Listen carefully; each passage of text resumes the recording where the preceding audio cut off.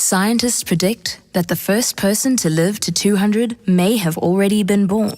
What if I told you that you were going to live to 200 years old? How would living for so long change us? Change society?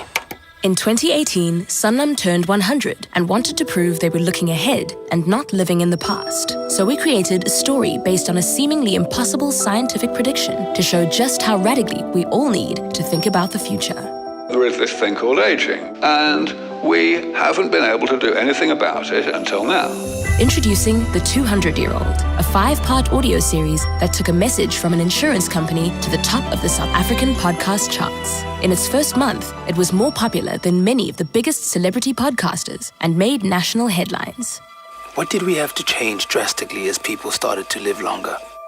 The story followed Sam Ngwenya, a journalist in 2218, on assignment to tell the biggest story of his time. Each episode was built around an interview in a virtual memory space with Lesedi Ndaba, the first person to turn 200 years old. It's Lesedi's 200th birthday in a few days, and I'm a little anxious. You know, getting her to talk to me on the record hasn't been easy. All right, are you ready to begin? Are you ready? But telling her story becomes increasingly personal, not least because Sam is her great-great-great-great-grandson, and his family has turned their backs on her in the past. It's the ultimate act of selfishness.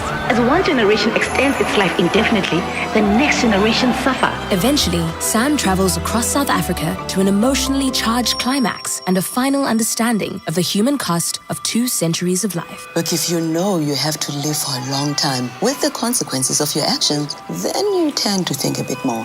We succeeded in getting much of our audience to listen to an hour of branded content about preparing for the future and also helped to take podcasting mainstream in South Africa.